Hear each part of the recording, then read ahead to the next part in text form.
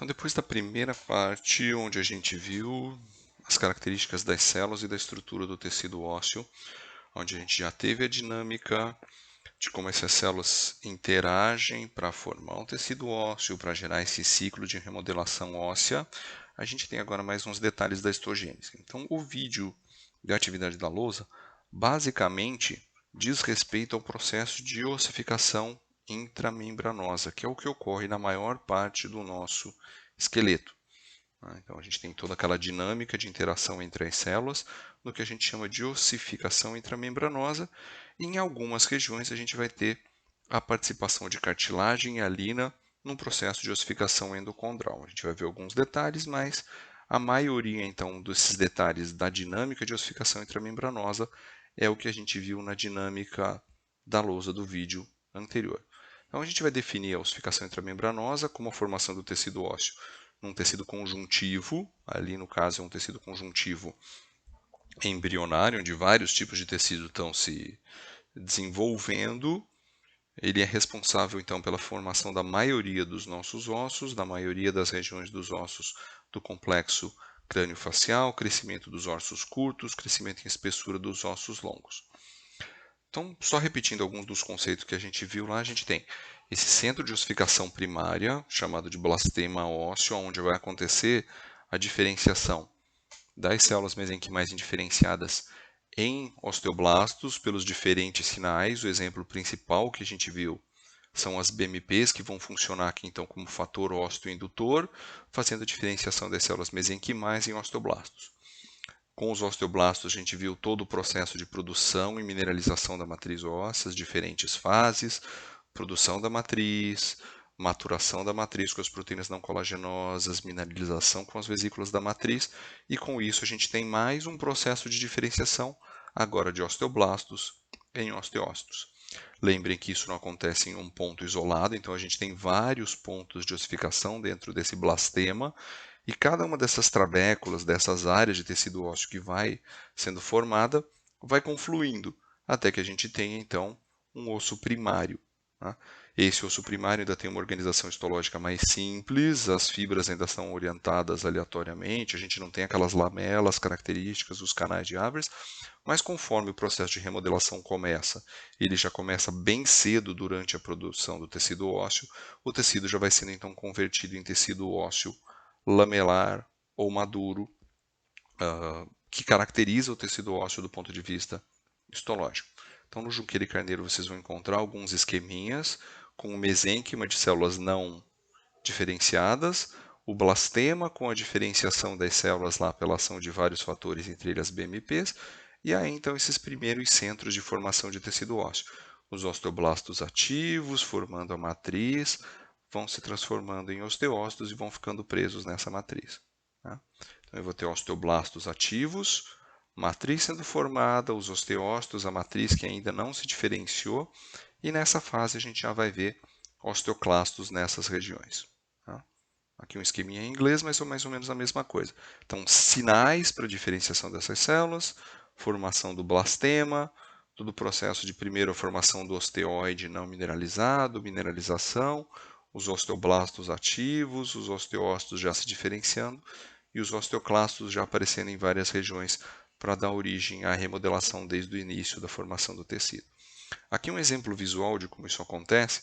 Isso aqui então é a formação da calota craniana de um rato. Eu tenho um tecido conjuntivo não diferenciado embrionário, onde algumas células começam a se diferenciar em osteoblastos e já vão produzindo a matriz mineralizada que aparece aqui com esse verde mais intenso. A gente vê então várias dessas células que estão aqui em volta já são osteoblastos e já começam a aparecer algumas células presas na matriz. Então as células adquirem primeiro a característica de células secretoras com um tamanho maior, capazes de produzir a matriz óssea. A matriz vai aparecendo aqui, algumas dessas células vão virando osteócitos, os osteoblastos estão visíveis aqui como células maiores e ativas nessa região da periferia do tecido. Tá? E aqui, claro que é um tecido muito estreitinho, muito fininho, mas eu tenho aqui a matriz óssea, os osteócitos, já tem umas células que ficam na periferia aqui já como características de células de revestimento ósseo ou osteoblastos, e um periósteo bem delicado aqui nessa região. Tá? Então, de novo, é um tecido muito estreitinho, é diferente de algumas coisas que a gente vai ver na lâmina depois lá no Histology Guide, mas dá uma ideia dessa sequência de formação. A ossificação endocondral difere porque ela vai partir de um molde de cartilagem hialina, que basicamente vai ser inicialmente substituída por tecido ósseo, então células ósseas vão invadir essa região e formar o tecido. E o mais importante da ossificação endocondral é a presença dessas células em áreas de crescimento do tecido ósseo, principalmente na região do disco epifisário de ósseos longos que vão permitir o crescimento desse tecido. Então a gente vai ter em ossos, por exemplo no fêmur, uma área de tecido ósseo já formada, que aparece com esse verde mais escuro aqui. É um tecido ósseo com medula óssea, então essa área mais avermelhada que a gente vê é de medula. Aqui em cima a gente teria a superfície articular e aqui a gente tem uma área chamada de disco epifisário, onde a gente tem cartilagem hialina, essa região aqui. Se vocês compararem com a aula de tecido cartilaginoso, a gente vai ter células com características de cartilagem hialina, chamada de zona de repouso. E a partir dessa zona de repouso, as células vão proliferar, então elas vão se dividir, formando aqueles grupos isógenos axiais que a gente viu na aula de tecido cartilaginoso. Depois da proliferação, essas células vão aumentar de tamanho, elas vão hipertrofiar, fazendo com que você ganhe mais espaço. Então imagine que uma dessas células aqui prolifera. Ela vai fazer com que o tecido ósseo estique nesse sentido. Ela prolifera para dar esse primeiro ganho, ela hipertrofia para aumentar o espaço e junto com a hipertrofia ela vai morrendo por apoptose. E aí as células do tecido ósseo aqui vão gradativamente preenchendo esse espaço deixado pelas células que morreram por apoptose, formando um novo tecido ósseo. Então existe um molde cartilaginoso, essa região central ela é ossificada, e essas regiões aqui próximas, então lá da superfície articular, vão ser os discos ou cartilagens epifisárias, onde a gente vai ter essas figuras clássicas das zonas de cartilagem envolvidas no processo. Tá? O Junqueira Carneiro tem umas figurinhas bem didáticas, a gente não vai ver isso com tantos detalhes quanto a ossificação intramembranosa, mas é importante para que vocês comparem. Aqui, então, numa figurinha de livro, a gente tem a zona de repouso, com características similares à da cartilagem hialina, a zona de proliferação, as células se dividem e formam esses grupos isógenos axiais. Depois da proliferação, as células vão hipertrofiar, morrer por apoptose, e aí esse espaço vai ser substituído por tecido ósseo. Então isso caracteriza a zona de repouso, proliferação, cartilagem hipertrófica, zona de cartilagem calcificada e ossificação. Alguns autores até juntam isso aqui como zona de ossificação. O importante aqui é que vocês entendam que esse disco epifisário serve para permitir o crescimento dos ossos longos ao longo da vida, sem que interfira na função. Então a gente começa com uma zona de reserva grande, enquanto a gente ainda é criança, e conforme a gente vai crescendo, essas células vão gradativamente entrando em proliferação. Ela entra em proliferação, faz com que o osso cresça, hipertrofia, faz com que o osso cresça e o tecido ósseo vai sendo formado aqui e vai invadindo. Tá? Então, conforme o tempo vai passando, literalmente a gente vai gastando essas células, até que vai chegar um momento onde a gente tem uma última célula de repouso e ela vai passar pelos ciclos de proliferação, hipertrofia, morre por apoptose, ossifica.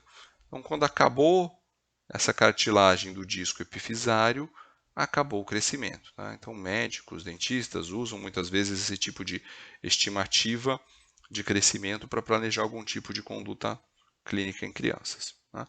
Eu não vou ler todos os detalhes aqui de cada uma das fases, então, isso aqui está todo nos slides, a gente foca um pouco mais na ossificação intramembranosa, porque tem uma dinâmica mais importante para que vocês entendam todo o processo do tecido ósseo. Isso aqui é mais de desenvolvimento do que de dinâmica do tecido ósseo propriamente dito, mas aqui estão todas as estruturas e histologicamente a gente consegue então identificar as áreas parecidas com cartilagem e alina na zona de repouso, as células se dividindo na zona de proliferação, entrando em apoptose e depois ossificando. Tá? Então, zona de repouso, zona de proliferação, zona de hipertrofia. Vocês percebem que os núcleos começam a desaparecer, o espaço aqui de cada uma das lacunas vai aumentando. E depois, quando começa a aparecer essa região que aqui aparece corada, esse verde mais escuro, já é a área de formação de tecido ósseo, então onde a cartilagem vai sendo calcificada e depois substituída por tecido ósseo. Tá? Então, esse é o complemento da fase 1, onde a gente teve células de estrutura, da dinâmica na lousa e do processo de histogênese. Tá? Aqui é mais importante a ossificação intramembranosa do que endocondral, mas é interessante que vocês conheçam as duas para ter uma ideia. A intramembranosa, como eu disse, ela tem uma relação mais próxima com entender o metabolismo e o funcionamento do tecido ósseo num organismo adulto, então a gente acaba tendo um foco um pouco maior. As atividades vão estar, como nas outras aulas, todas disponíveis no eDisciplinas, algumas questões para direcionar o estudo.